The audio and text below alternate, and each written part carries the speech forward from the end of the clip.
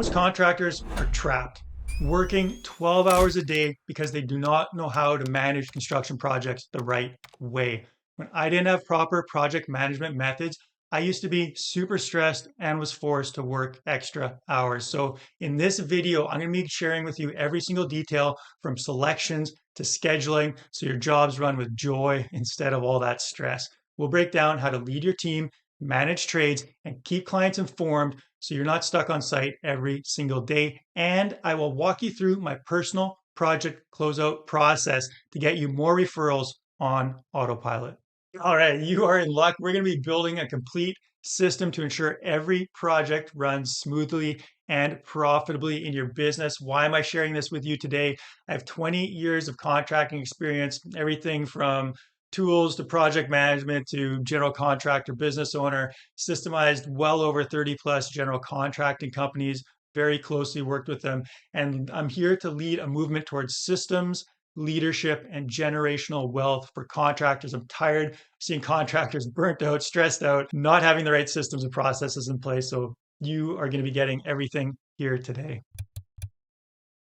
So first things first, world-class mindset. You need to get the thinking right first. I'm not big on, mindset and all that kind of stuff, but there is some important things that you should be able to think about and know before we dive into building the system. So planning reduces stress.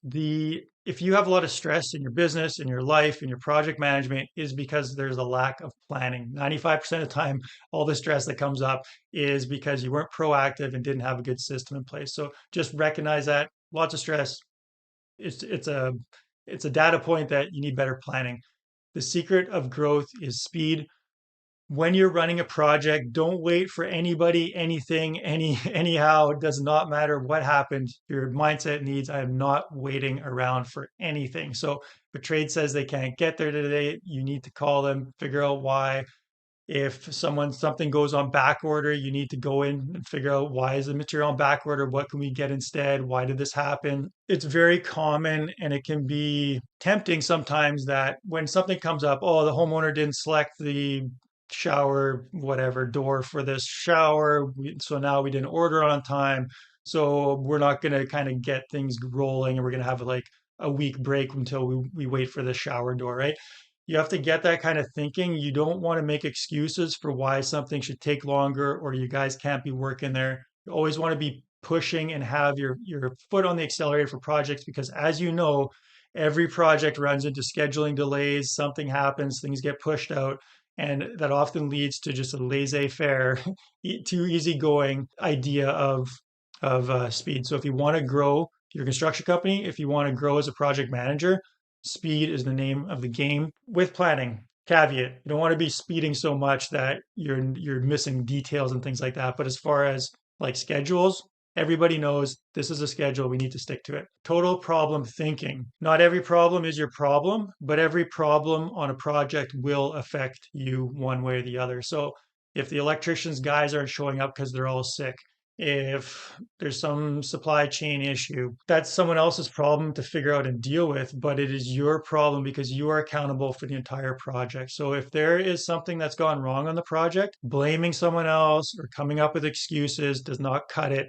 And it's not a way to operate, and you're just going to look unprofessional, and you're not going to really get to the real heart of the problem if that is the way that you're thinking. Become a world-class leader. The best project managers aren't just good managers, they are leaders. They're leading everybody by example, leading everybody by communicating well with them, leading everybody by having a system and a process, by being personal with people. Sometimes a personal touch is needed. So know that you're not just here to manage a project, you're here to lead a group of people to achieve a certain outcome, which is, amazing projects that are on time, on schedule, on budget. I have yet to have a client come to me and say, Derek, you are over communicating. I need you to stop talking and sending me emails and sending me texts and providing schedule updates.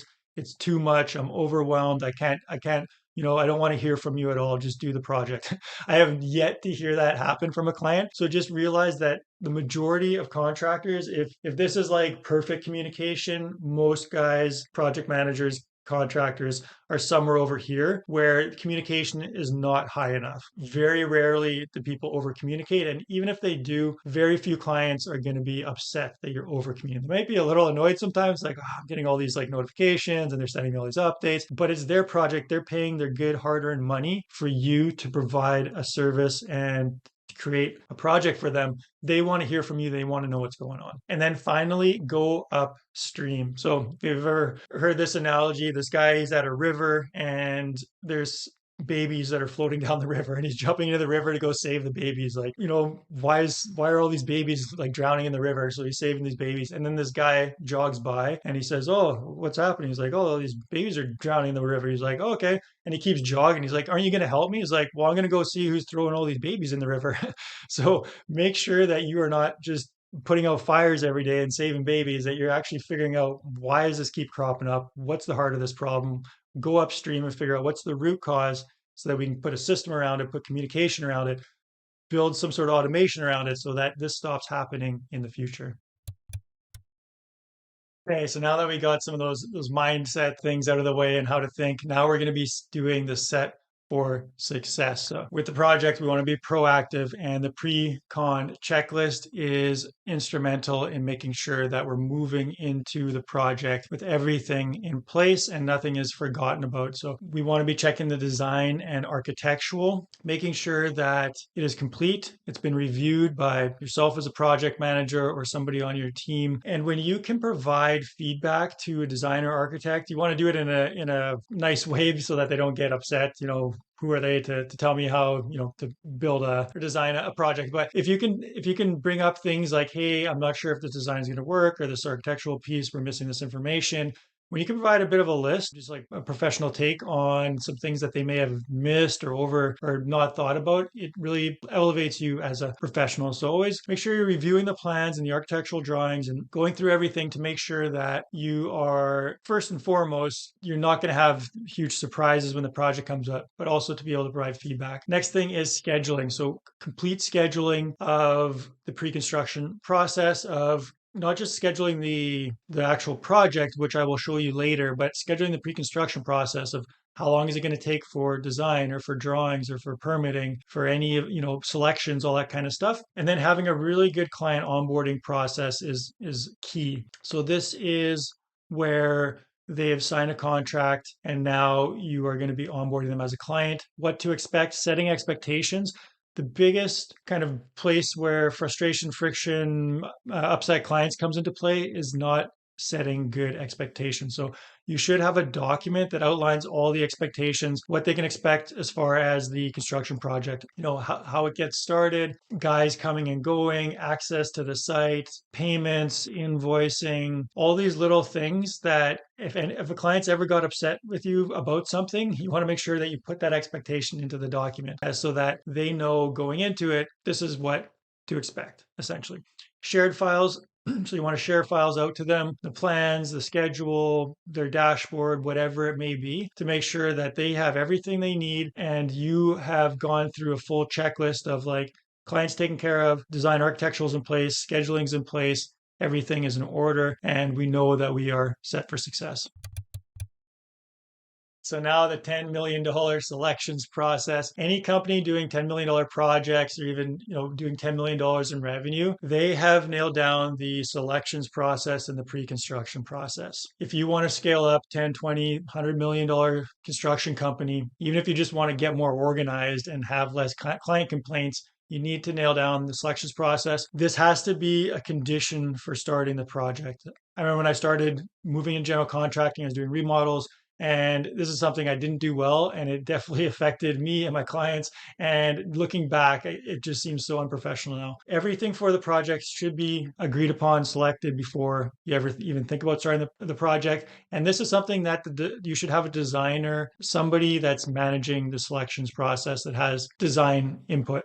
You as a project manager, business owner, yeah, you may know what looks good, and you've been in the business long enough to know what materials and stuff works together, but you're not a designer. If you're like me, I don't have any clue. I can never make a beautiful interior like this, and this may not be everyone's style, but you get the idea, right? So make sure you're offering design help, whether that is bringing in an interior designer, from outside your company or hiring one inside your company, depending on what kind of design build process that you have. A strong selections schedule. So this should be either in your project management software or a spreadsheet that has all the selections by area, by room, so that again, everything is detailed, it's known.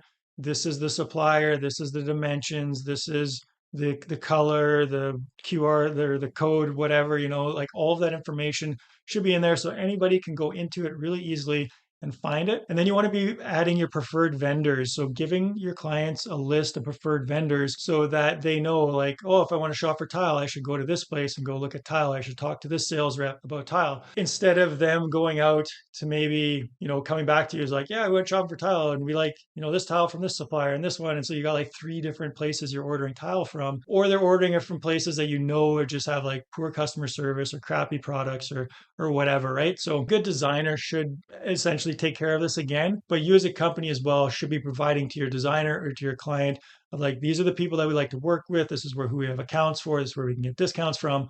And so that not that they can't go outside and get stuff, that if they really like something somewhere else, they can get it, but you should be pre-gaming it so that they're more than likely going to go with your preferred vendors. And then before the project starts, making sure someone's going through it line by line, allowances versus selections, and making updates to the budget or making change orders depending on what's happening. So the clients went and picked a $15 per square foot tile for the shower. Great, but we only had $10 in our budget. So we need to make up that difference, right? And provide, budget update or change order, however you handle that. But that needs to be gone through so that you're taking care of these issues and conversations before it becomes critical. Nobody wants to be standing in the living room with their client like, yeah, here's the, two different types of flooring that we have. And this one is going to take like 4 weeks, but we need to install it in 2 weeks because our tile or our flooring guy's showing up, right? Like you don't want to be having these kind of conversations on an ongoing project. Everything money wise, selections wise, scheduling wise should be figured out, discussed, and ironed out before anybody steps foot on the site for construction. And then lead time planning. Very important that we're checking lead times. If they've ordered some crazy tile straight from Italy that's going to take 3 months, to come across on some ship or whatever, then you need to know about that. So and put it in your schedule and plan for it. So checking lead times, super critical when going through the selections process. If you've ever been to trivia night, I've got one for you here. What's the average percent of projects that go over schedule? You might be thinking, well, pretty much 100%. Is it 67, 77, or 87%? What do you think? So it is in fact 77%. So 8 out of 10 projects go over schedule, and 85% of projects experience cost overrun. So you can see the bar is set pretty low. And if you get these systems and processes in place, if you as a company can improve upon these numbers, which is again pretty low, and you can get some of that low hanging fruit of good project management, pre-construction, scheduling, and job costing, you are going to be well ahead of all the other builders in your area. All right, so who wouldn't like to have a crystal ball and see exactly what's going to happen in the future? Maybe with AI, this is going to become more of a reality, but until then, we've got to create project schedules. And the schedule is paramount to running an effective project, to being an effective project manager. If you've run projects without schedules, you know how chaotic and how crazy things can get. And really, you're in the dark and clueless about what's happening and what's going to happen. So, a good schedule, first of all, it tells everybody what's happening. Second of all, it lets you know ahead of time what things are looking like into the future. So, time judgment and buffers. If you're a little bit optimistic, like most people, your time judgment, even if you've very experienced at construction, is probably not accurate because there's always little things you forget. There's always like variables that can come up. Nobody can predict the future. So that's why you need to have some buffers in place.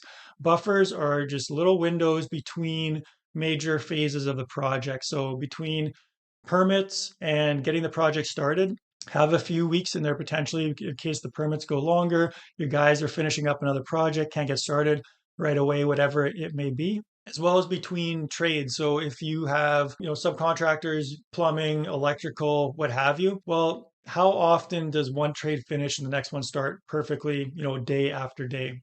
very rarely in my experience. So put a day buffer in there. If you don't use that buffer, great, you're a little bit ahead of schedule. And maybe you can bump up the next trade or what have you. You don't want to elongate your schedule like crazy amounts and have huge buffers in there, but small buffers along the way just make things much more realistic because, as you know, something's going to go wrong, something's going to come up, and inevitably the schedule is going to get pushed out. Next thing is lead time. So lead times, ordering should be in your schedule. I like to see ordering in there. If you have cabinets that you know are going to need to be installed in 3 months, and your cabinet manufacturer takes about 6, 7 weeks to produce cabinets, and you've got to get it in their system and get the design, then 8 to 9 weeks before you need to install, there should be something in your schedule that says order cabinets.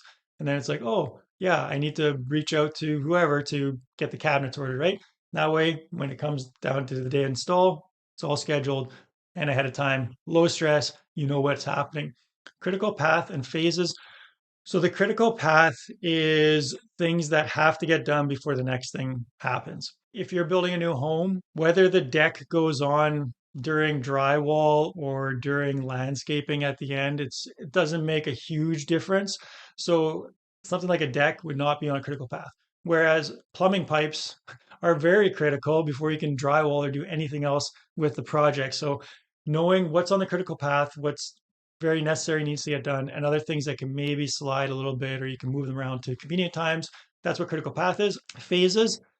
I like to see large phases in the schedule, and then you've got all your items underneath. That way you can show the client the large phases without having them see all the little individual items. So they're not diving into like, hey, the electrician was supposed to show up yesterday, but they're still not here. You know, why are we off schedule, right? So instead of that, you might have like a rough-in stage where you've got, you know, the client just sees rough-ins for 3 weeks or whatever. And then, but on your schedule, you're going to see, you know, plumber, electrician, HVAC, whatever it may be. And those phases kind of give you a larger picture of how things are going step by step. Dependencies, this is probably the main mistake that I see a lot of contractors, project managers not using effectively or not getting 100% right. Everything in your schedule should have a dependency on it so that it's linked with something else in your schedule, unless it's like your birthday, which I don't think you put in your schedule, but that's like a specific day. Everything else is going to be linked to something else because it has to get done in a certain order.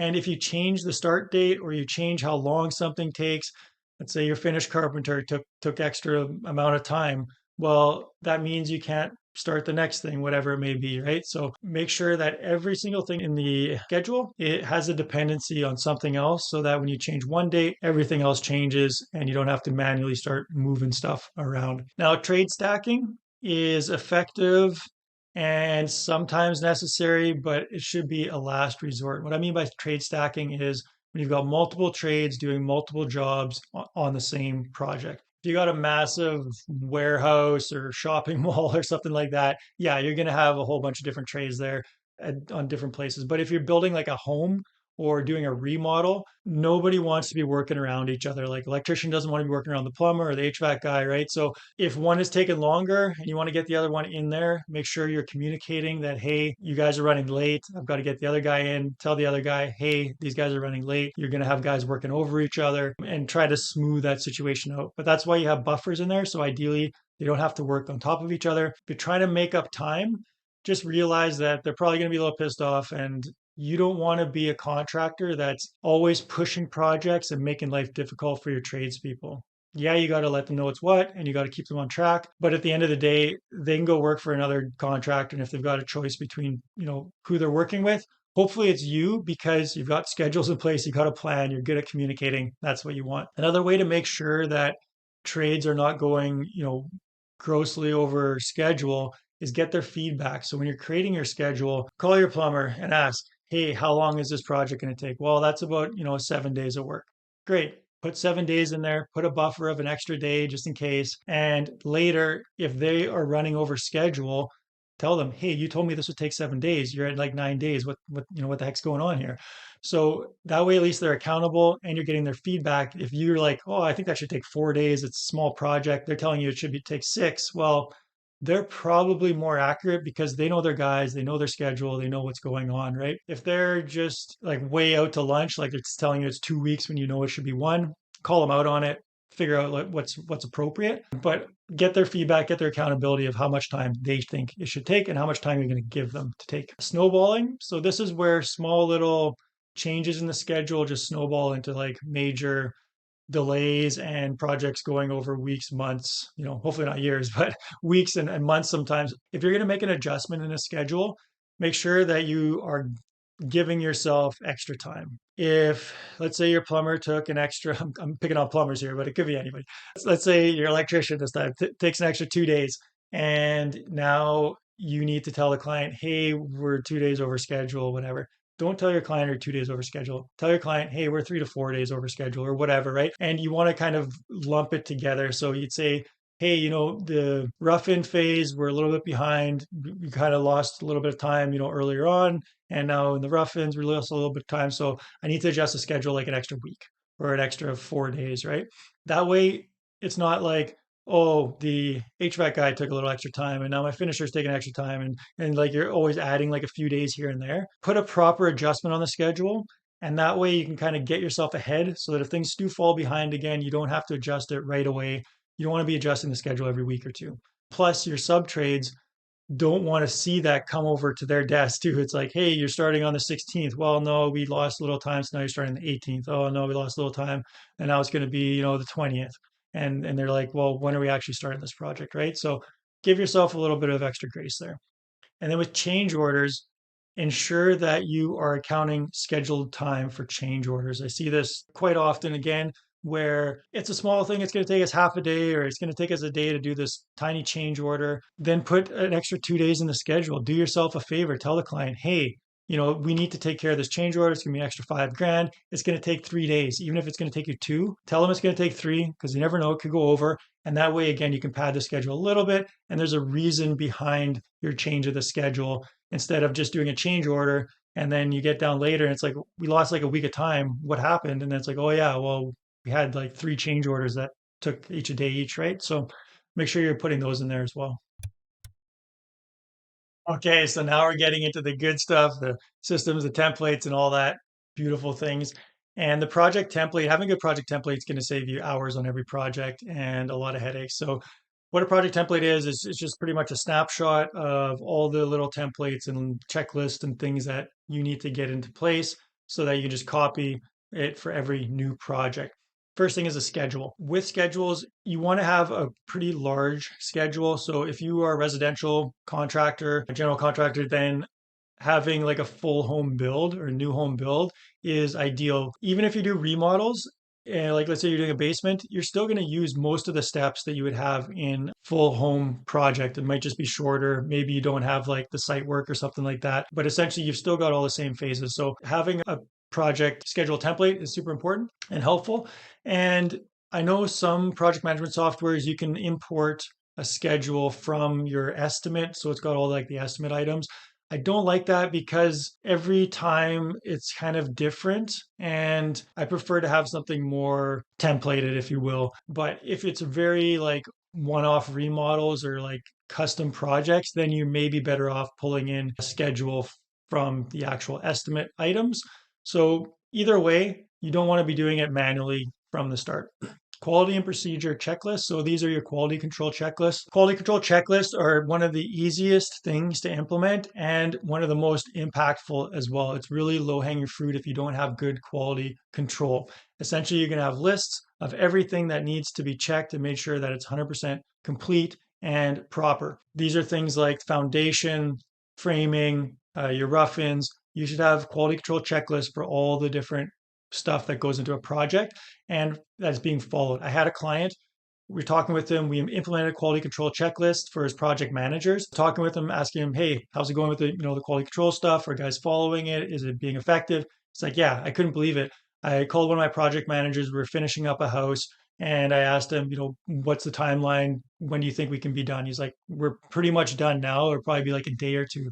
And typically it took them weeks at the end of a project to figure out and finish up and take care of all those little, tiny things that you need to finish on a project because they had good quality control checks in place. By the time they got to the end of the project, it was just finish off a few little minor things and smooth sailing, turn it over to the client. Procedure checklist. These are things usually like project start, project closeout. Those are the big two. So project starts, what do we need? Site signs, first aid material, porta potty, like fencing, whatever it may be, right? Checking off everything, and as well as closeout. What's all the stuff that we need to close off a project. So standard folders and files. This is usually how I can tell how organized a company is if I take a look at their file management system. You've maybe heard the saying before, if you go to a restaurant and the bathroom's dirty, probably the kitchen is dirty as well. If I look at a general contracting company and their file sharing system is a bit of a mess and things are all numbered and named different things and unorganized and clients have different folders here and there, I can probably guarantee that the management of that company is also fairly sporadic and unorganized. So do yourself a favor. Every client should have a folder. They should all be named the same way, like client's name, the address of the project, and maybe like what type of project it is or something like that. But anyways, every folder should have the client's name and address on it, so it's easy to search for. Then inside that folder, you should have a standard setup: plans, estimates, site documents, change orders, financials, whatever it may be. But you're going to have a couple of subfolders.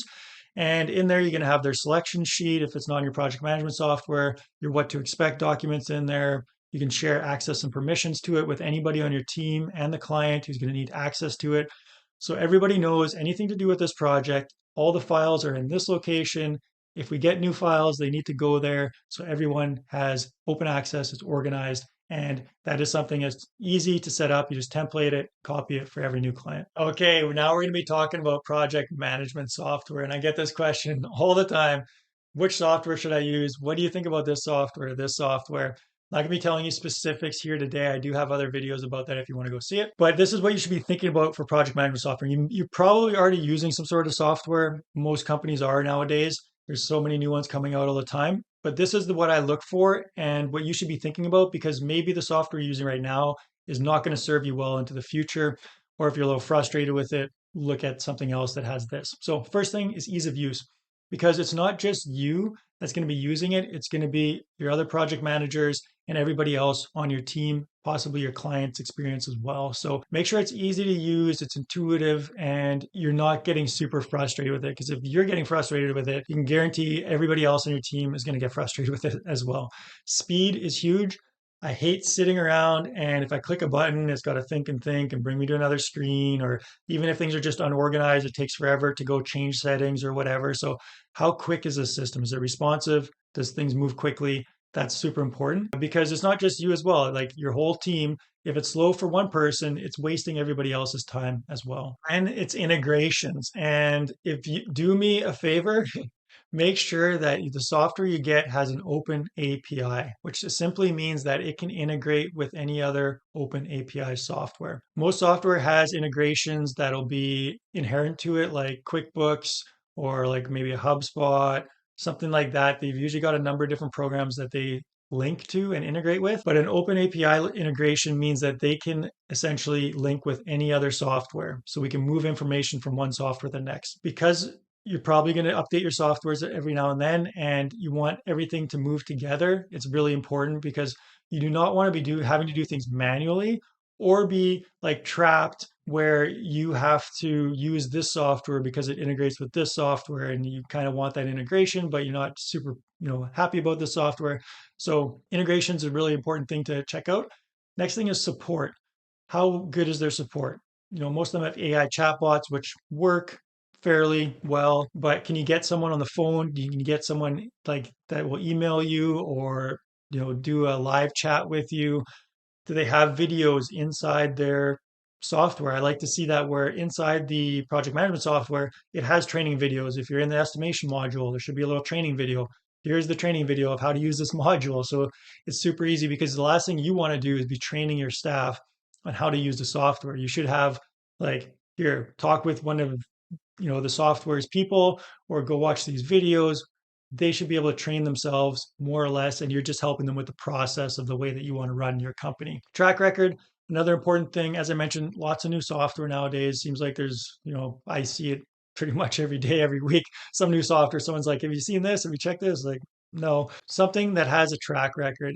If it is new, it may be good, but in my experience, until a software's been around for at least 2 to 3 years, it's probably hasn't ironed out the kinks. It probably hasn't implemented all the different functions that it should. So I'd be a little bit hesitant to start to get on with a new software that's just getting going. That's me. Figure it out, but just realize that if you're making an investment for the long term and you're thinking long term, you probably want something that is been around for at least a little while. And the last thing is the investment. How much money is it going to cost? In my opinion, the investment, as long as it's reasonable, is going to be worth it. And I wouldn't make a decision based off of, oh, this one's $200 a month. This one's $400 a month. I'm going to go with the $200 a month because it's cheaper. The $400 a month may be a much better software. The $200 a month may be a much better software, but make your decision based off of the software, how good it's going to fit with your company, the feel you get from it, because a few $100s a month is nothing compared to the time savings and just the less stress that you're going to have with using a proper, good software over something that may be just cheaper. There's a saying in aviation called fly ahead of the plane.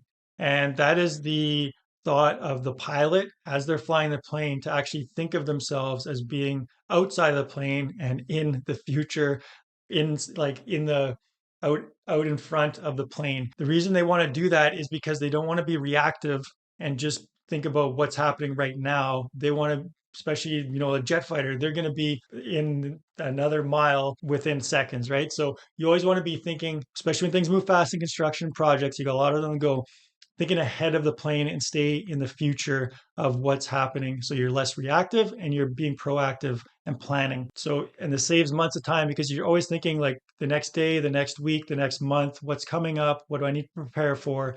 And the way you do that is by having a really good project start checklist. So we did all that pre-construction. Now we getting into the checklist. As you can see, there's so much planning that happens on a project before you actually start your construction, and having a good checklist in place, make sure that your guys, mobilization, what are they going to need for materials? Is it ordered? What about tools and equipment? Have you communicated with the trades, with your laborers, with everybody that needs to? $10 million construction businesses do this. 20, 30 million, $100 million construction business do this. The guys that are scratching it out at 1, 2, 3 million, they're the ones who are scrambling and don't put this kind of thought or attention into it, and it shows. And so do yourself a favor if you want to grow and scale to 8, 9 figure construction business. You need to be able to fly ahead of the plane and really make sure every project is you're moving in with momentum and everything is set in order. So it's just follow the plan essentially throughout the project. And then another really useful exercise that I did as a project manager. I learned this from a guy that was really on the up and up. Do a RAID review every week.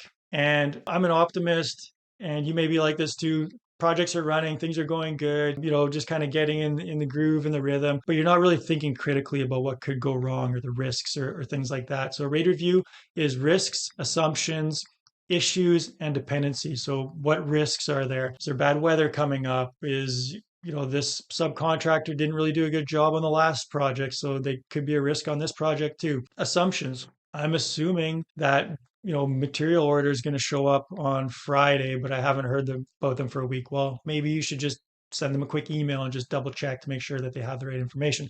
So what are you assuming is going to happen or assuming about the project that you haven't really double checked? Issues. Is there any lingering issues? Those little things that's like, it's not really important yet. We don't need to worry about it. I've got other more priority stuff, which good on you. Stick to your priorities. But those little issues, those little small things can come back to bite you in the ass later on when you are at the end of the project, or maybe you've got a critical stage like inspection or drywall is going on. And now it's like, oh, I've got to scramble to get someone here to fix those little things. So what issues have not been taken care of or could come up that need to get taken care of? And then dependencies. Who are you depending on that's critical for the project? Maybe you're depending on the designer to get a certain schematic or selection in place and you're approaching that deadline, knowing what dependencies are going to maybe hold you back on a project. And by doing this every week, just a quick 10, 15-minute review, going through like what I said there, and you can pick out and save yourself a lot of time for headache and frustration in a project and be flying ahead of the plane. All right, so now we're actually moving into like doing actual work on the project.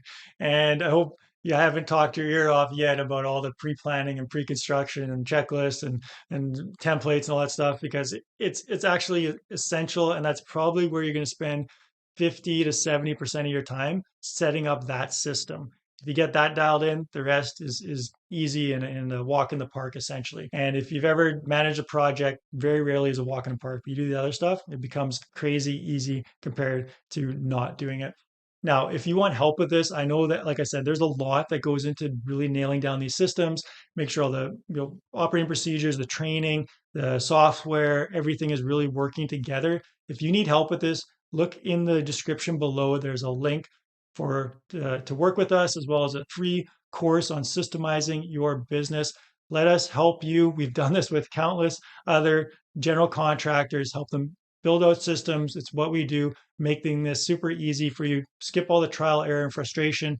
Reach out to us. We'd love to talk to you about how to build and scale up your construction business. All right, proper site protection. This is another kind of rookie thing that I see with contractors that are not experienced or are not flying ahead of the plane, as I mentioned, is having good site protection. And it's one thing to have the site protection on site, it's another thing for your people to be using it effectively. If you've ever had a scratched floor where you needed to rip out a bunch of boards to, put in a new piece, like how annoying is that? Or guys leaving their tools on the countertops and it just looks like a mess, or they get things dirty that doesn't need to, or you got to get your painter back there and there's big scuffs all over the walls. Set up ram board on the floors, any high traffic areas, poly walls to make sure dust isn't getting anywhere it's not. Any client items, if you're doing remodels and the client has valuables or keepsakes, tell them in the what to expect document. If you leave anything valuable or that you don't want damaged inside the construction zone, we are not liable whatsoever for any damages. So you need to get it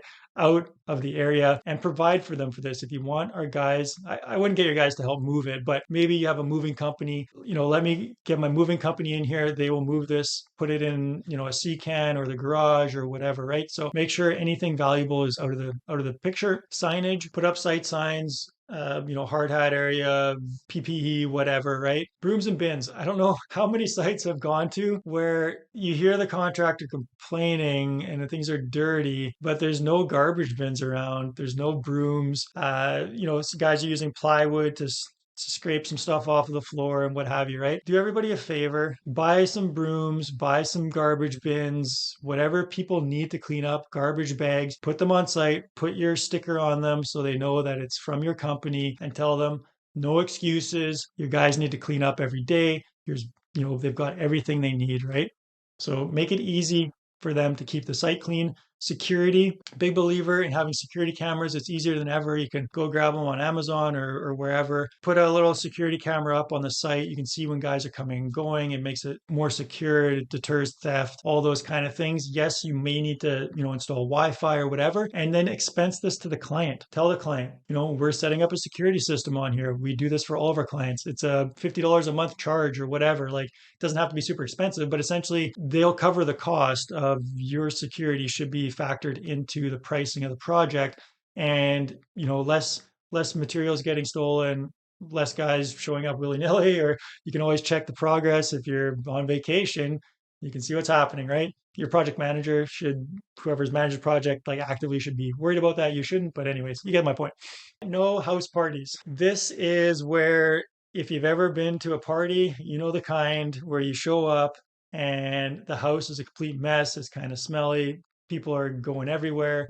Typically your teenage years is probably what you're thinking back to, maybe recently. But how likely are you to take off your shoes? How likely are you to put your can, in the garbage or the recycling or whatever? Probably unlikely, because the rest of the house is a complete mess. Everyone's partying and no one's giving, a rat's ass essentially. Change that to when you go to like a nice party, everyone's very organized, everybody's taking their shoes off, the house is very clean, everything's in place, they've got the nice, trays out and everything. Are you likely just to walk in with your shoes and throw your garbage everywhere?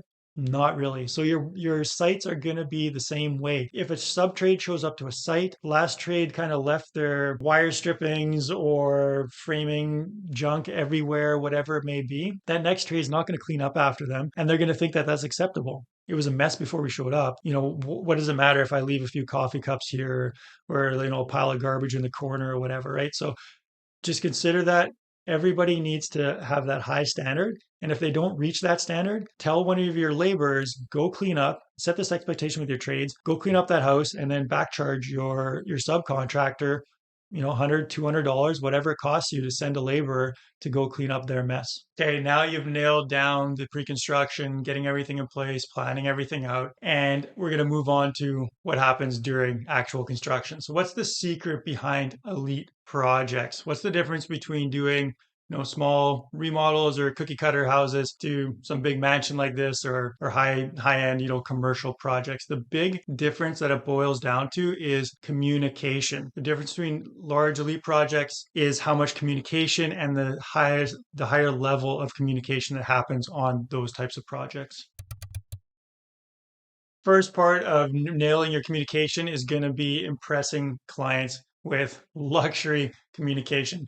You may not have heard that before, but as a client, think about if you go to a really fancy hotel, you're expecting a certain level of communication and organization from that hotel, right? If you go to some, cheap motel on the edge of town, you're not really expecting too much. So if you want to level up your business, you've got to nail the type of communication that you're having with clients. Now, the the art of written communication. How many times have you had a conversation with a client, and even maybe some text messages, and later the client's like, no, that's not what I thought, or that's not what I said, or I thought you meant this, or whatever, right? So start writing down important notes. If you talk to the client, hey, we're going to be doing a change order, we've got to make these changes, it's going to be about this much. Make sure right after the call you're sending an email with just some very small amounts of like information, but the very pertinent notes, like, we're doing a change order, this is the reason, this is what the expected cost is, and can you please reply to confirm, or whatever. And then you'll send a more detailed change order later. But this way, there's just no confusion. And if there is, you always have something to go back to in an email. Emails are great too because you can search them, whereas a text message, you got to be scrolling through it. Ideally, you've got some sort of CRM that also manages communication, but get in the habit of making sure that anything really important is written down somewhere, because it's going to make you actually have to think about what you're writing, and also make sure that both parties know what's going on. And then a dashboard is essential for clients to really feel like you have a business that's above and beyond, right? Not a lot of, especially smaller residential contractors, have really good dashboards or any dashboards at all. And I get it. I know why, because it's not the easiest thing to keep in place, and you have to be on top of your game. But if you really want to level up as business and you want those high-end clients, you need to provide a little bit more. And the dashboard should have quick links to any files, to any files that they have. It should have the schedule, as well as ideally some financial information. The finances don't always want to be on the dashboard because it's a little tricky to kind of keep that up to date sometimes. But the more information you can provide to the client on a dashboard, the less they're going to need to call you and ask you, hey, what's happening?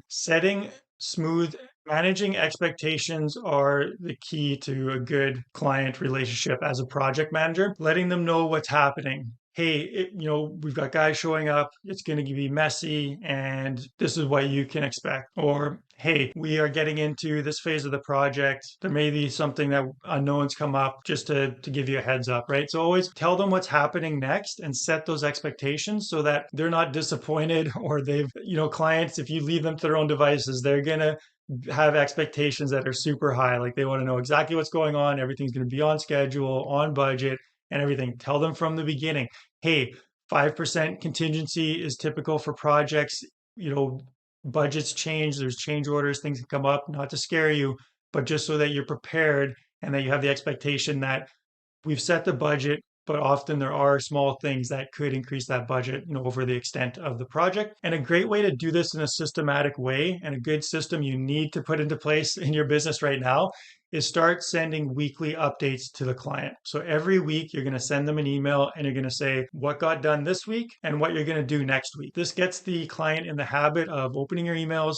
Ideally, do it on Friday or something like that, so you don't get a bunch of calls over the weekend when they've gone to site or asking what's going on. And just tell them, hey, this week we got the drywall board on, or insulation pass inspection. We put the drywall boarding on. Next week, we're going to finish the boarding and start doing the mudding, taping, whatever, right? So just play by play, and then some pertinent notes. So it's, fixtures are on back order, or we had a small change order for this, or hey, if you notice there's some extra windows on site, the supplier sent us ones that weren't the right size. We're going to, return them for refund. There's not going to be any extra cost for it, whatever, right? So set the expectations, tell them what's happening. And this way they are not going to be like wanting to call you every time something comes up or they don't know what's going on. They know every week, okay, makes sense. This is what's happening, right? And then the final thing I'm going to be talking about with communication is obviously, what do you do when you have difficult clients, those clients that are digging into all the little details, those clients that are just giving you a hard time, or maybe their uncle's brother's cousin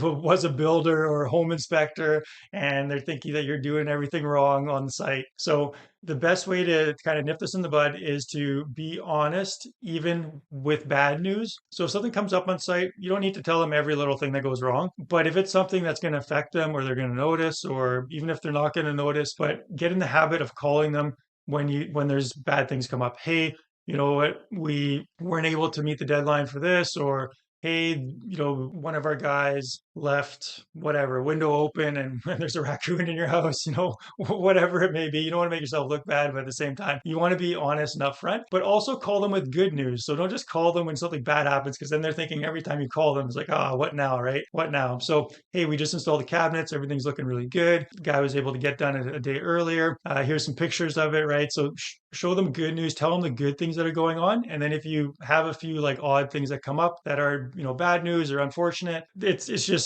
no big deal essentially. Next one is get your head right. It can be stressful. It can be really annoying to have to deal with a bad client. You know the ones, I'm sure you've dealt with them before, where you just cannot please them. Something's gone sour with the build. You need to get your head in the right space and just realize that you need to frame it as in, they've hired you to do a job. You need to be professional, even if you may be blowing gaskets and getting red in the face because you're just, upset and done with this client already. You need to take a breath, let it go, and just do your best to help facilitate that relationship, get to the finish line or whatever you need to do, and hopefully just finish the project off as best you can. And communicate that with them. Just be upfront again with being honest. You know what? I know things are a little jaded. We haven't had the best communication. We made mistakes, if you made some mistakes, and I'm hoping we can put that behind us. I do want to just finish this project. I understand we may be on different, ideas of what everything needs, but at the end of the day, we're going to provide you with a good quality project. And I hope that you'll be, we'll be upfront with you, and I hope you'll be upfront with us, and we can, get this done in a civil kind of manner. So just let them know. The last one is stop holding the bag. This can be a little difficult with maybe commercial clients and certain parties where there's a lot more paperwork involved.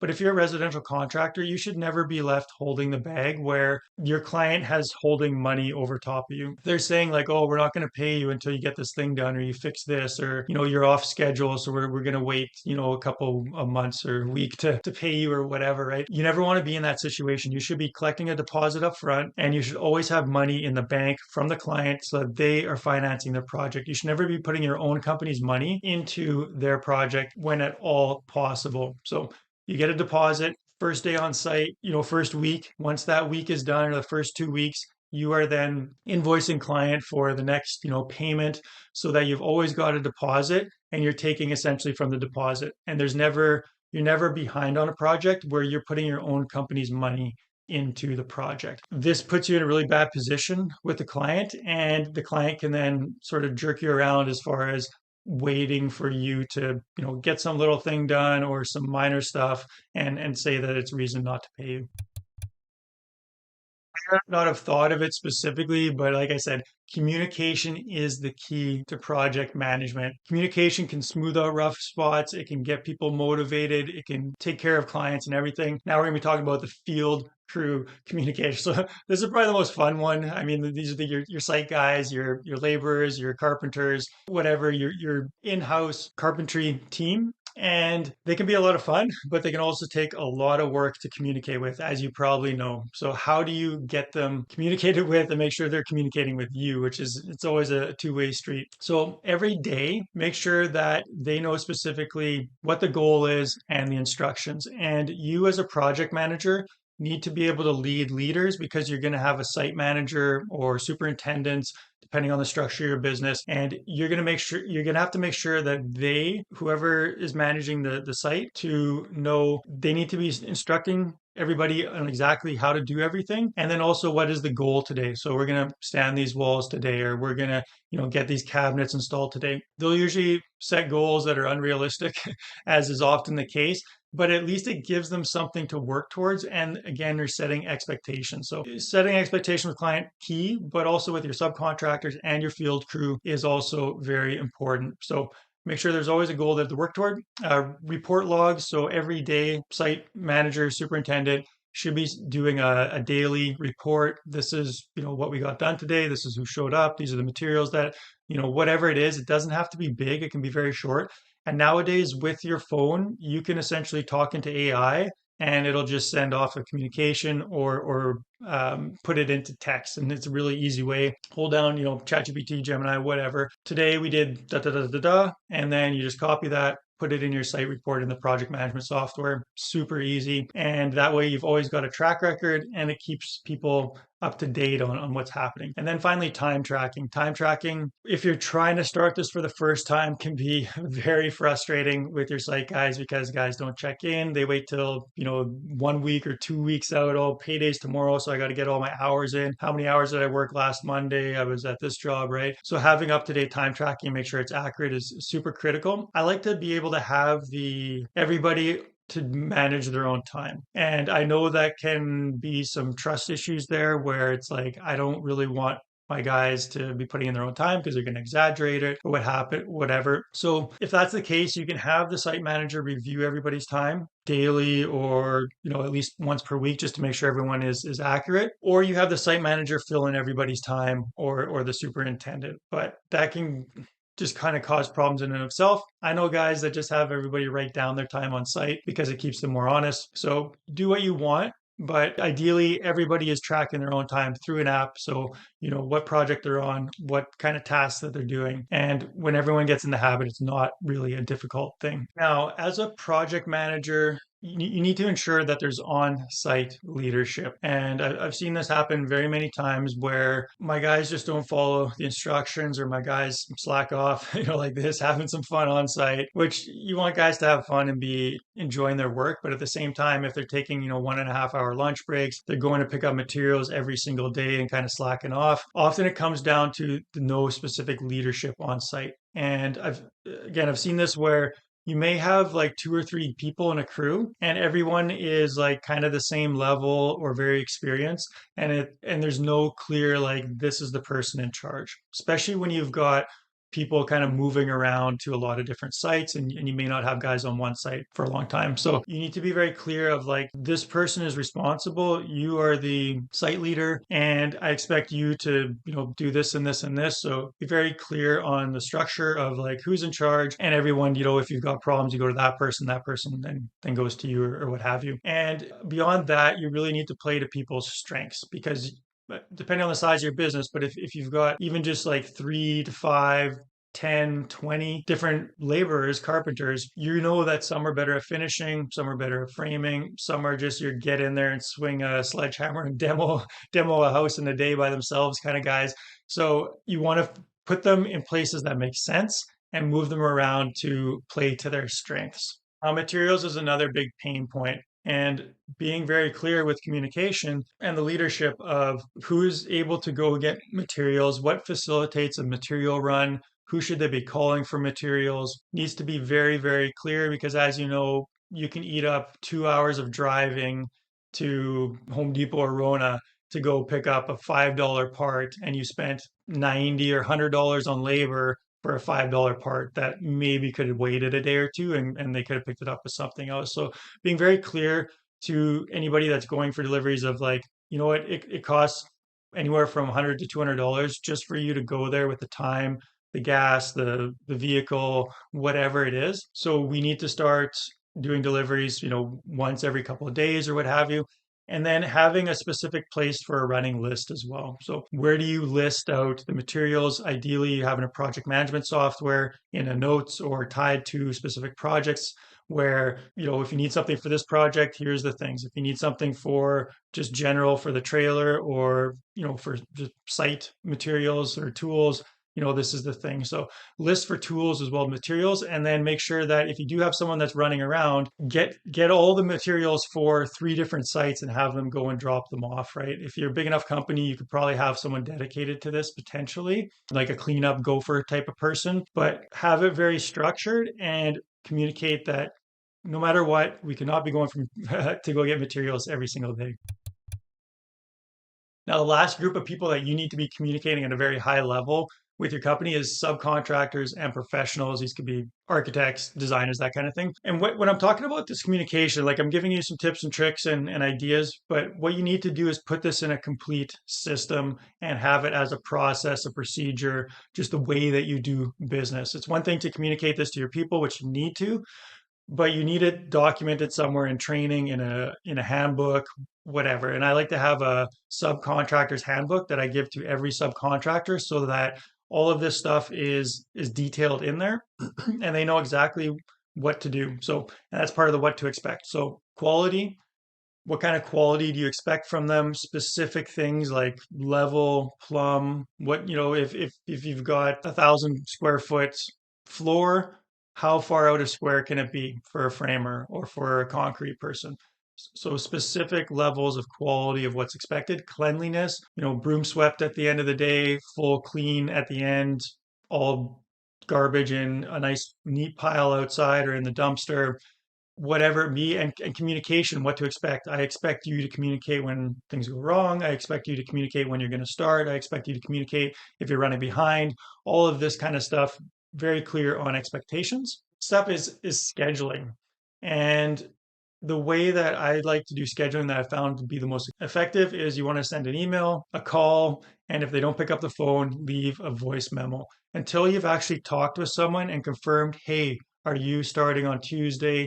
What time are you guys going to show up? Whatever they might say, but you need to confirm through a call, through voice, exactly what day they're going to be there and the scheduling. Because I've seen it all too often where people are like, oh, we have automations that go out. So they get automated, messages. An automation does not have any weight to it. When you get an automation like, oh, you're starting this, it's like, unless someone's willing to send you a specific email or a phone call, they're just not going to register. It's like, yeah, well, it's a notification, but I didn't know that they actually wanted us specifically that day. And then for scheduling as a project manager for trades, you want to be thinking 1 to 2 months out at all times and planning what's going to be happening. So every 1 to 2 months out, every subcontractor should have a heads up of, hey, this is when we're starting. Subcontractors may even need 3 months, depending how busy they are. And then the week before they're ready to start, again, phone call. How are you guys doing? Are you going to be done your next project? Do you have guys lined up? We're starting this day. Do you have your materials and things like this? You really need to kind of dive into them, not just like, yeah, okay, we'll be there, but like how many guys are you going to have? Do you have your materials ready? That kind of thing. So you can dive into it a little bit so that they know, like, hey, this guy's on the ball. He wants to make sure that we've got the right people and the right materials, and he's really expecting us to be there and fully ready to like really hammer down on this project. Now, proactive quality control with subtrades is super important to your trades. May not appreciate you pointing out things that they're, doing wrong or what have you. But when you can be proactive with quality control, because they're going to be there for whatever it is, 3 days, a week, 2 weeks, a month, whatever it may be, make sure that while they're going through their job, that you are trying to help them and make sure if you see something out of place, that you tell them about it. Obviously, there's things in progress and something's not finished, it's not finished. But if you can just kind of tell them, hey, make sure to remember this, right, before you guys leave. I noticed you didn't, put in this low voltage wire here or whatever, right? So that way, if you can help them through that, then, when you do your inspection for quality control inspection, you're not calling them back for like 10 different things, right? Maybe there's one, ideally none. And it'll help you, it'll help them. So be proactive. And then 3D scans are phenomenal before you close up the walls. do a 3D scan so you get all of the plumbing, HVAC, framing. You can see everything behind the walls, and that way, when you eventually, it's going to come up sooner or later. I'm sure you've been through this where it's like, where did we put that piece of backing, or did we actually run a wire here? Why is this not connected or whatever, right?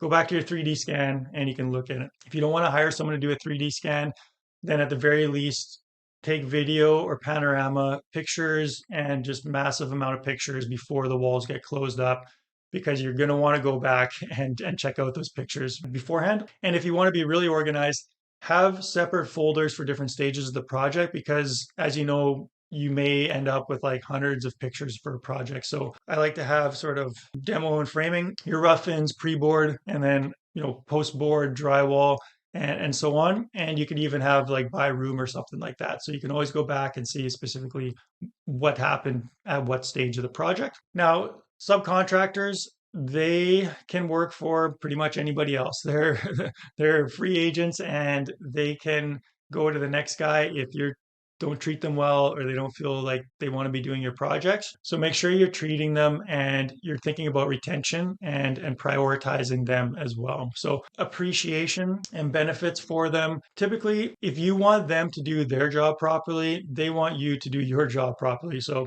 don't have a whole bunch of other trades there. Don't have a messy site. Don't be unorganized. Don't be calling them the day before, telling them, hey, I need you to send someone to go fix this thing because we got inspection tomorrow. And, always having to these like fires that you need to call them to put out, or asking them for minute details on plans, little tiny things like that, right? So really appreciate them, do your best. If they're messing around and they're not doing well, then you need to tell them, but you need to go out of your way to make sure that you've created a great environment. And the biggest thing to doing that is by being really professional and making sure that you're doing like heads up on issues. So if something comes up, hey, my whatever drywaller is behind, it's taking longer to sand out. I'm sorry, I'm going to have to push you guys, off a couple of days, for the painters or whatever, right? So just tell them straight up, and then tell them as well that you always want to know what's going on. If they're going to be late, if something bad happened on site, they need to tell you, and you're not going to lose your cool and flip out and get angry. Cool, calm, and collected, and let them know, obviously. And you guys are a team. You've got to figure it out, right? So that's, at the end of the day, that's what it is. You're a team. You're both wanting high quality project that finishes on time and on budget, and you're both working together. Now, inevitably, you're going to have difficult subs that I've either grown too big for you and don't really care about your projects anymore, or subs that don't show up or just do bad work, or maybe they hired a guy that's just not cut out for it, or whatever it may be. And essentially what you need to do there is be upfront with them, tell them what's acceptable, what's not. And if they've done, 2, 3 projects and they've all kind of been the same and unorganized, and you just know what to expect from them, then it's time to probably cut ways and look for somebody else. And if you got to pay them a little bit more, then do that. Better to have someone who's accountable and who can manage schedules and is organized than someone who's going to waste your time and make you look bad in front of a client. Essentially, at the end of the day, the subcontractors you hire is a representation of your company, and employees for that matter too. So if your clients are seeing like guys that just don't care, they're messy, they come and go whenever they please, and they just don't communicate well, that's going to reflect badly on you, and it's going to keep you from having high levels of communication and high level clients. Now that you've got amazing communication on your sites, we got to talk about the money behind it all. Burning budgets. How many times have you got into a project and things look pretty good, and then you get halfway and it's like, getting a little tight. And then by the end, you're just burning off all your profits, try to eke out and finish the job. That is not where you want to be. You want to know well ahead of time where a project is at and be able to track it throughout the entire project. So job costing is the way to do that. It's easy to understand, but very difficult, I would say, to really get set up and operating 100% at full accuracy. Now, the way that I like to set up job costing, and again, This is something I would suggest hiring someone to do. So reach out to us. There's links in the description. We can help you set up all the systems for your project management, whether that's your software, your job costing, the financial side of things, whatever it may be. But essentially, the way you want to be thinking about it and the way that I've found it works the best is you want to leave your accounting software as is and not do job costing through your accounting software. What I suggest is do your job costing through your project management software, but you want an integration so that your accounting software, your bookkeeping software is sending information to the project management software. And in the project management software is where the project manager is categorizing the different expenses. So Miss project, framing materials, and you can just do everything in there. And the reason you want to do that is because it keeps your books clean. Your bookkeeper doesn't really know what's happening on site. And you probably don't want your project managers having like full access either to your bookkeeping accounting software because things can get mixed up and they can see a whole lot of stuff that they just really don't need to have access to. So that's the way that I've seen it work best. Now, every project management software is a different story, and a lot of them don't communicate well with other programs, and that whole thing can be quite messy. Plus, you got the human component of you as the project manager, if you're watching this, you're the one probably doing this. You need to be able to keep accurate with this and keep it up to date, which can be challenging, especially when you got a lot of projects that are managing to really let that slip. And that's what you essentially don't want to be doing. But job costing, you've got your time and hour tracking. So we talked about that with the field crew. They should be clocking in and out of jobs and also which part of the job they're working on. And if they're not, then the superintendent or site manager should be doing it. And then expense tracking. So expense tracking should all be automatic. Everything's paid, by credit card or bank transfer or whatever. And all those transactions are going to go into your bookkeeping software, and then they just pull over into your project management software and then get categorized there. Now, once that system's set up, I call it the holy grail of construction businesses, because essentially once you have good job costing set up, now you know exactly where you are at on projects, you know your profitability, you know when things are starting to go sideways, for next, project that you estimate where things are up or down. So be doing a weekly review on the project. Just as I mentioned, a weekly review of the schedule to make sure everything is, you're looking a month, 2 months out.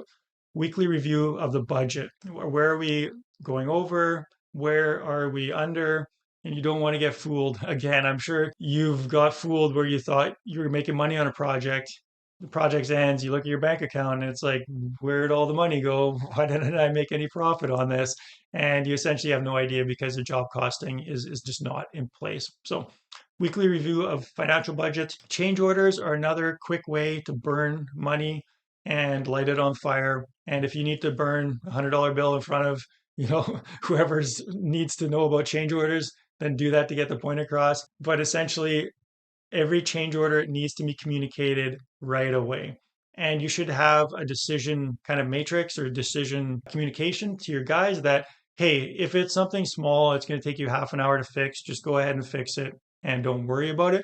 But make sure you're putting in the daily report or communicating it to a superintendent or whoever so that we know how many small little changes are outside of the scope. Now, if something's going to take, I don't know, 1 hour or 2 hours, it's going to cost over $300 to fix something, whatever it may be, you're going to have like the threshold of like below this, just take care of it. Above this, we need a change order in place, and documenting that. I'm working with a client where they've been running a project and they're just, pushing progress and getting things done. And now 2 months later into the project, financials are a bit tight. And it's like, well, we have all these different change orders or things that have changed in the scope or updated architectural drawings.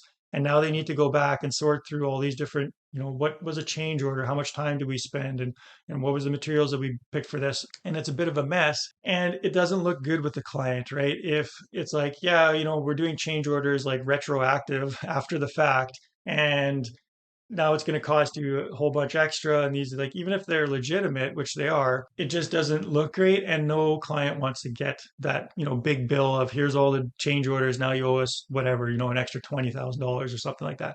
Much better to do small ones, communicate with them ahead of time, be proactive with that. And as I mentioned with the scheduling, make sure that every change order also has a schedule update as well. This is going to take an extra 2 days, or this is an extra week of work, or whatever. Subs and independent contractors. This is an easy way if you're doing like cost plus, or if you just pull in a sub, that last scramble of like, I don't care, just charge me for it. I need you to get in here and just do finishing. And you're trying to push the project forward, but the sub gives you a bill and it's like, well, $10,000. Well, we only had budgeted like four or five, like either you're going to eat the cost or you're going to talk with a sub and try to bring them down, which nobody wants to be in that situation because they kind of did you a favor with maybe coming in there quicker or what have you. So I would very rarely give a sub free reign and just do like cost plus, or just say like, hey, just come in here, finish that and charge me what you need to.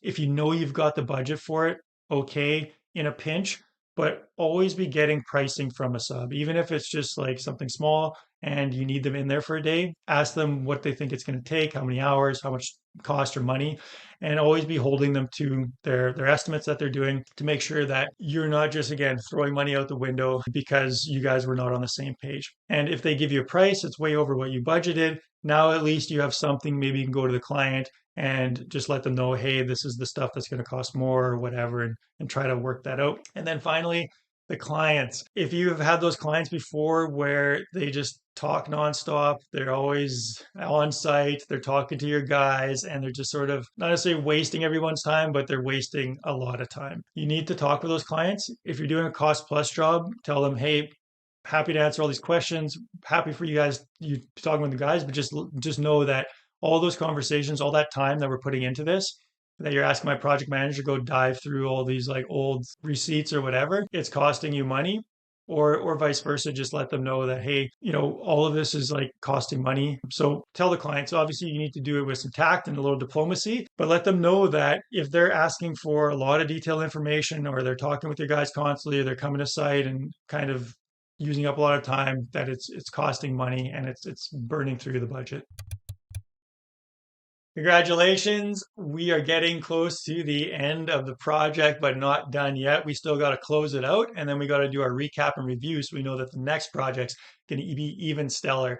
And that's where you hit the sweet spot with business, when you can finish something, review it, improve it so that every new project is getting better and better every time. So now we're going to talk about the double time closeout.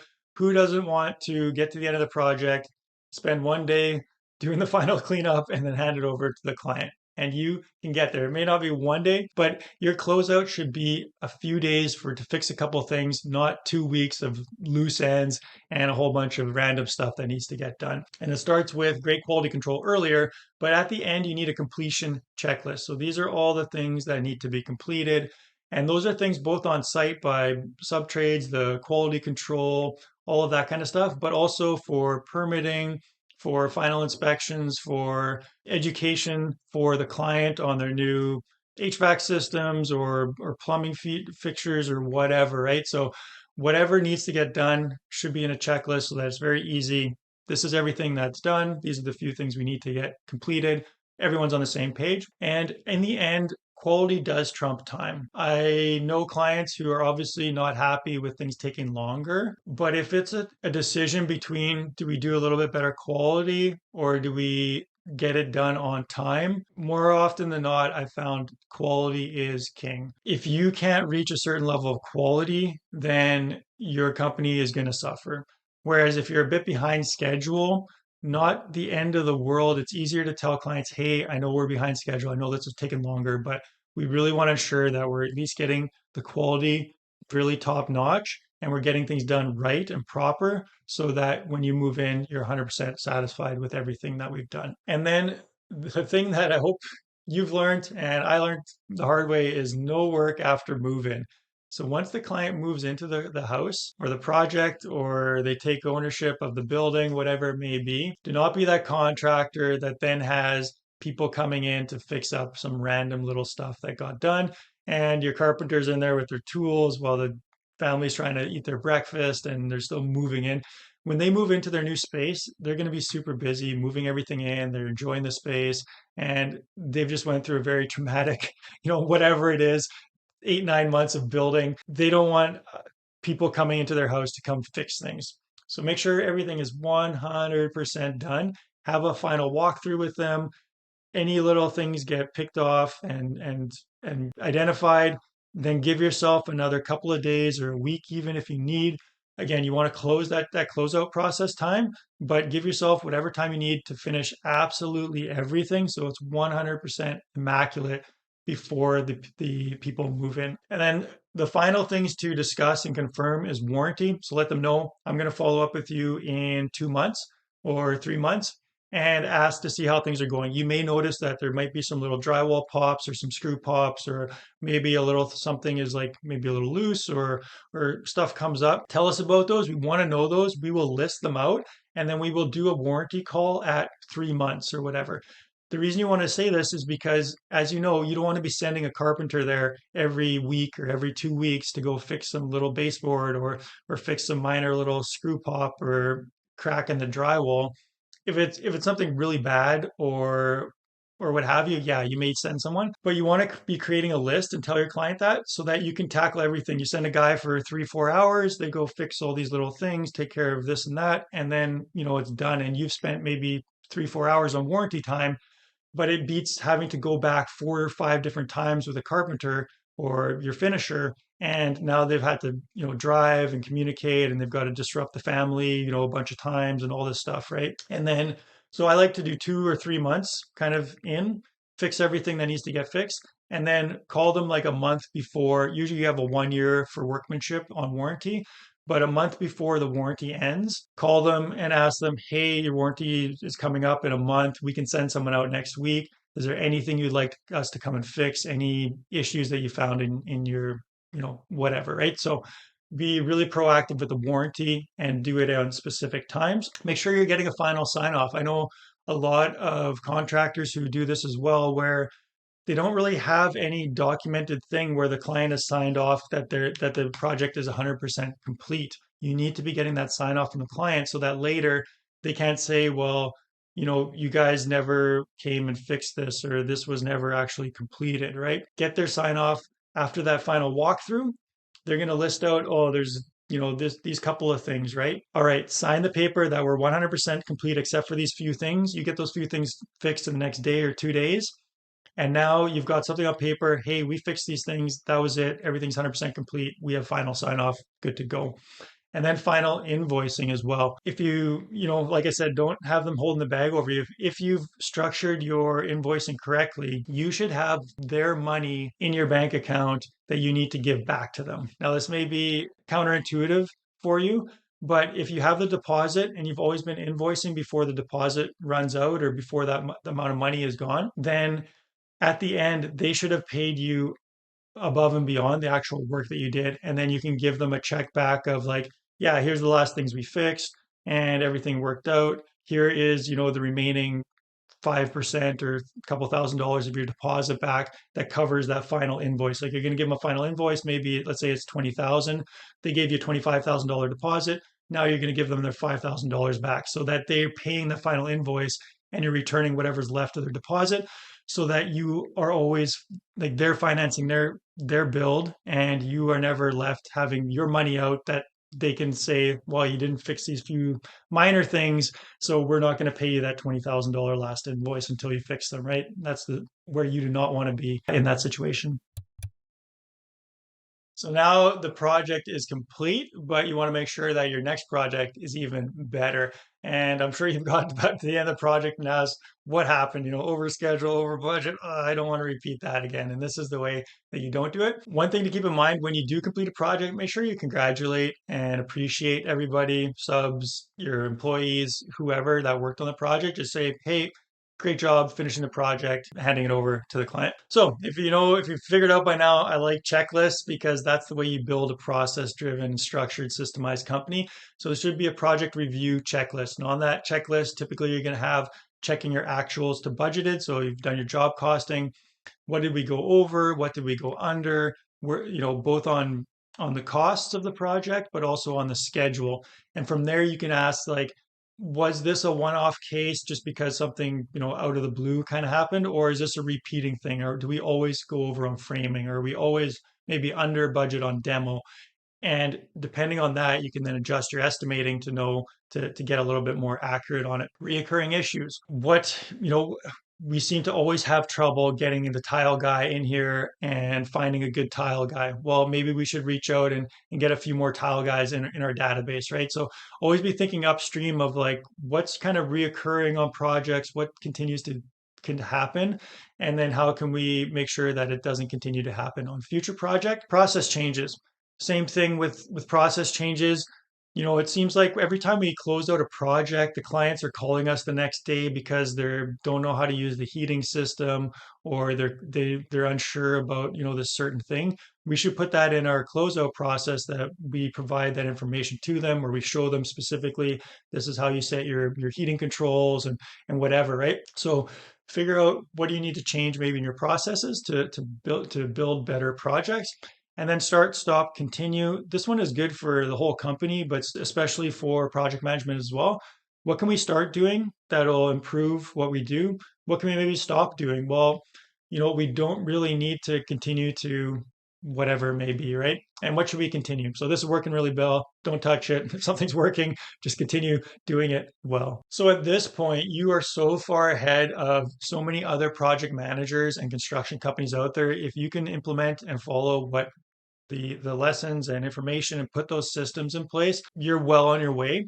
Now, this is what separates the good from the great or the elite, is the post project. So after every project, you should be doing a client survey of what went well, what did you enjoy, why did you choose us, what things were you unsure of, or what was the most stressful part of the project, right?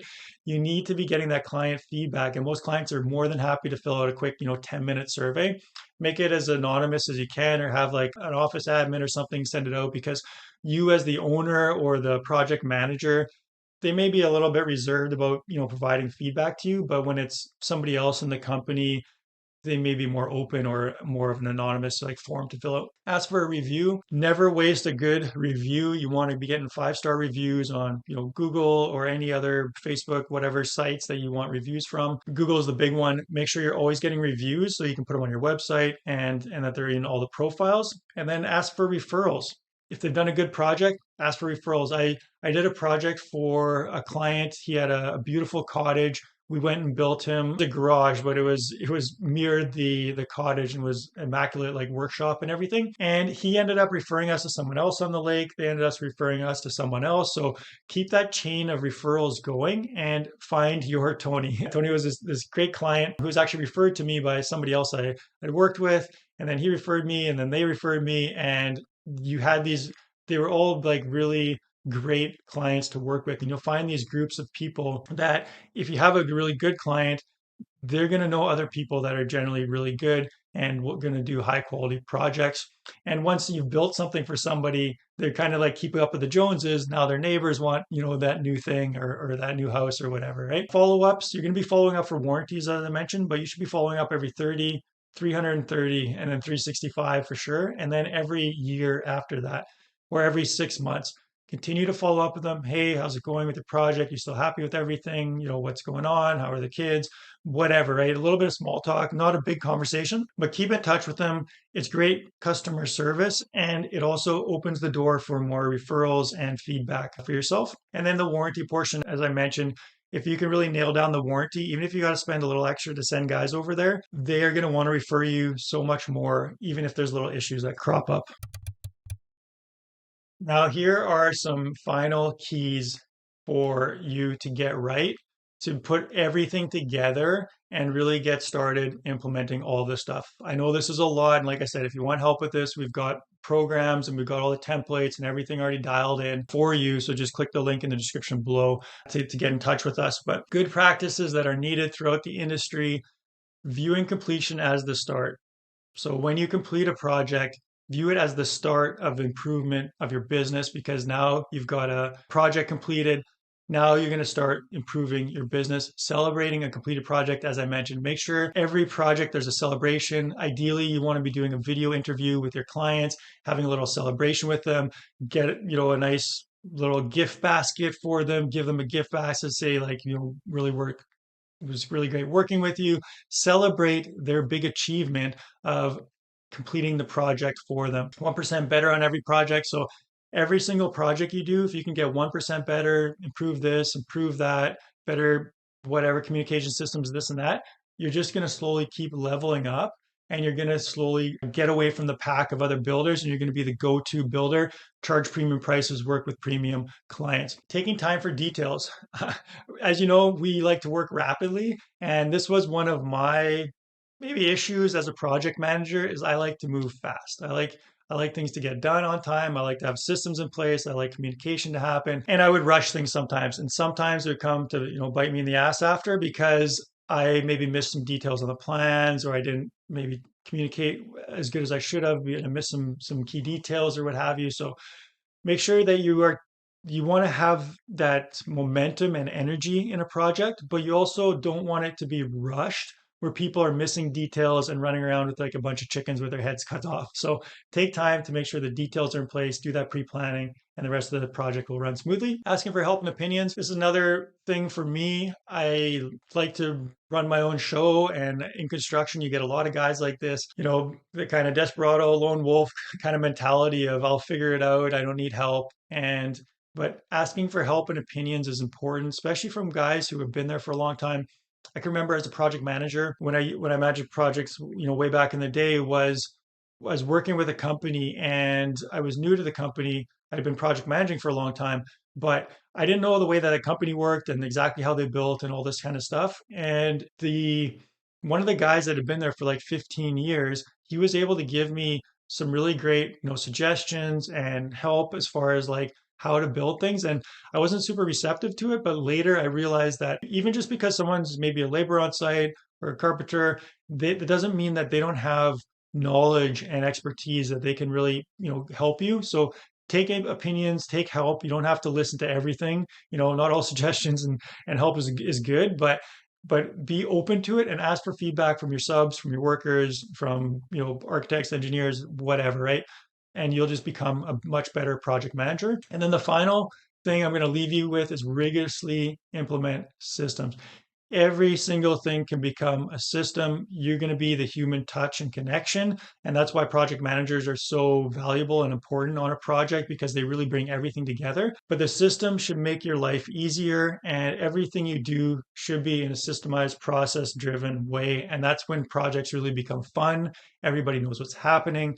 Everyone's smiling. Everyone's like, if you're on a site and people are joking around, but still progress is getting done, and you hear the saw running, and you hear, construction work happening, and people are in a good mood, that the project manager has good systems and good communication in place, and that's what you need. Now that you know how to manage projects, you're going to want to go check out this next video here. You now have a full guide A to Z on how to manage construction projects at a very high level. If you want help with a full done for you implementation of these systems and processes, getting your tech in place, getting your documentation in place, training your project managers on how to use different systems, check out the link in the description below, and you can get in touch with us to help you level up your business.